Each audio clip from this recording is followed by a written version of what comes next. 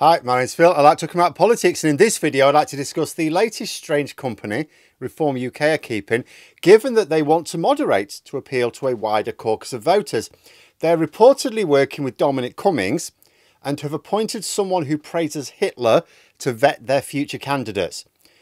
And now I'm trying to work out which is worse. But first, for daily political commentary, please hit the subscribe button to stay notified.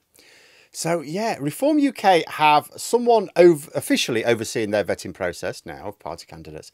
During last year's general election, despite insistences from Richard Tice that their candidates underwent rigorous vetting, later transpired that not only was the vetting not rigorous, hadn't actually taken place at all, not for a single candidate.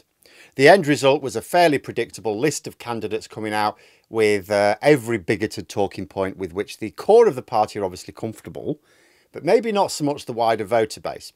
So there was a lot of putting of fires out during the election campaign. When one particularly murderous racist was filmed, Farage had to try and pretend, oh, it's an actor hired by Channel 4 to set us up, despite there being photographic evidence of the same person supporting previous Reform UK election campaigns. Afterwards, Farage had to admit that actually no vetting had taken place at all, but that it wasn't his fault because he wasn't leader of the party as candidate selection began. Mind you, as owner of the party, you'd have thought he'd have taken some interest, but never mind that now. The past is the past, the future is going to have candidate vetting, Farage insists. And they've hired someone to oversee it, a Mr. Jack Aaron. He was a candidate for the party last year, although came a very distant third, not in a seat they were expected to win. According to The Guardian, he dabbles in pseudo-scientific views on psychology, which sounds about right. But if he wants to misdirect conspiracy theories about personality onto his own party, that's no great problem for the rest of us.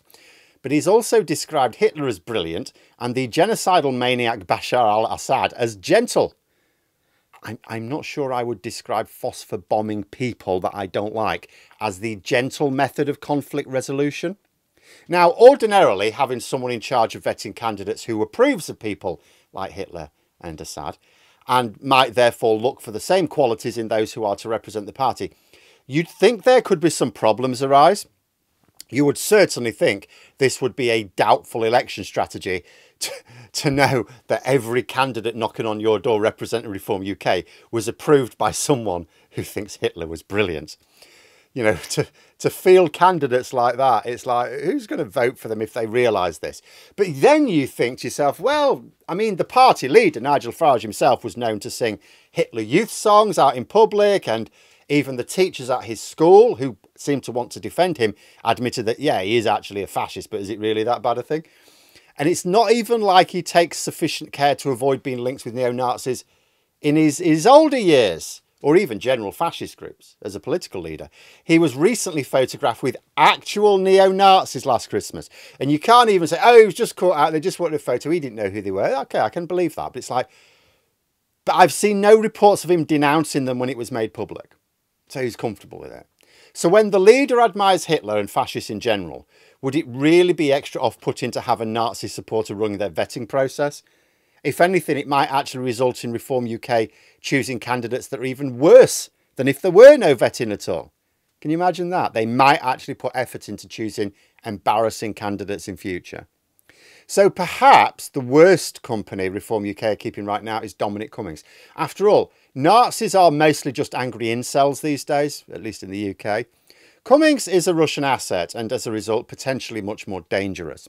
It's been reported that Cummings has been discussing strategy with the party. He is known to want to form his own party with an emphasis on experts, which all sounds fine and dandy until you remember who Cummings is. He's a man who wants to impact the path of human destiny. He's got his ego's that big, right? However, he doesn't care whether that impact is good or bad. He just wants it to be big. He had seemed like such a person to me going way years back, really. Like, because he was one of the key driving forces behind the Brexit campaigns. But he also seemed to have no problems disparaging many of the Brexit claims when he occasionally talked in public. It's like he didn't mind telling the truth about how bollocks Brexit was. So, you know, he ran a Brexit campaign in order to achieve mass change, I thought to myself at the time, but didn't care whether it was a good change or not. But this view of him only solidified when I found out that he thought the greatest human achievements of the 20th century were the internet and the Manhattan Project. So yeah, quite clear. He has the ego to want to be instrumental in major societal level changes, but lacks any sort of moral compass, which means he ascribes zero relevance to whether it makes humanity better or worse off. And you do wonder if Cummings is behind some of the agitation on the right.